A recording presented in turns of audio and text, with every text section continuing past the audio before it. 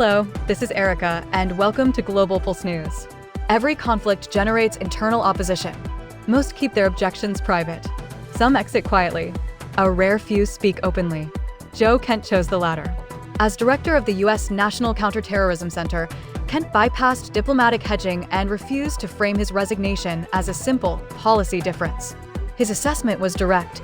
Iran does not present an immediate threat to American security. He further indicated that the drift toward war is being fueled by Israeli pressure and the political influence of its supporters. This is not standard bureaucratic disagreement. Kent's background lends weight to his words. He completed multiple combat tours. His wife was killed in action. He understands the cost of military intervention personally. When someone with his record says American forces are being committed to a pointless conflict, it demands attention. The natural question is how many share his views but remain in place. Washington has no shortage of intelligence. What it lacks are officials ready to act on uncomfortable findings. Analytical reports are thorough. Congressional sessions are exhaustive. The information exists. Yet the war machine grinds forward. The justifications are predictable: deterrence, regional stability, national security, terms recycled from Vietnam, Iraq, and Afghanistan. They surface early and linger long after their emptiness is evident. Kent refused to echo them. History offers a parallel. In 1947, as the U.S. weighed recognition of Israel, Secretary of State George Marshall urged President Truman to hold back. Marshall was no outsider.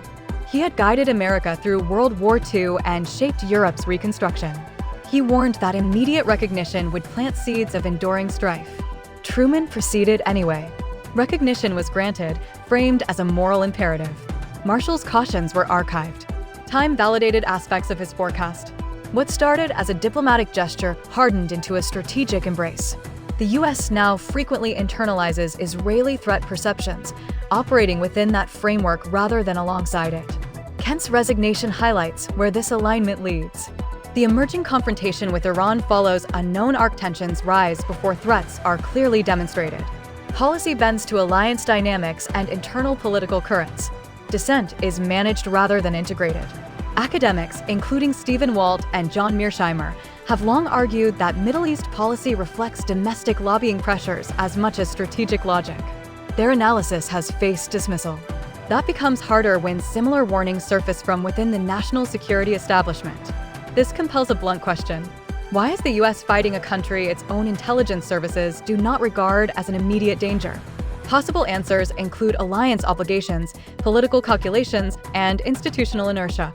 Perhaps more fundamentally, the system struggles to differentiate American interests from those of its partners. Speculative theories about hidden vulnerabilities and coercive pressures circulate. They're hard to confirm and often obscure the core issue, policy itself. And the policy is plain. Escalation proceeds without defined aims. Military engagement continues absent demonstrated necessity. Long-term commitments deepen without public deliberation. These are choices, not necessities. They echo decisions that preceded earlier protracted conflicts. Kent recognized the trajectory, so he left. Resignation alone shifts little. It must be followed by broader recognition and ultimately accountability. Otherwise, it becomes a footnote. The underlying concern is not simply that the U.S. is at war. It is that the fundamental question, why, no longer receives serious consideration. Marshall posed it in 1947. He was set aside. Kent has raised it again. What remains to be seen is whether anyone will hear.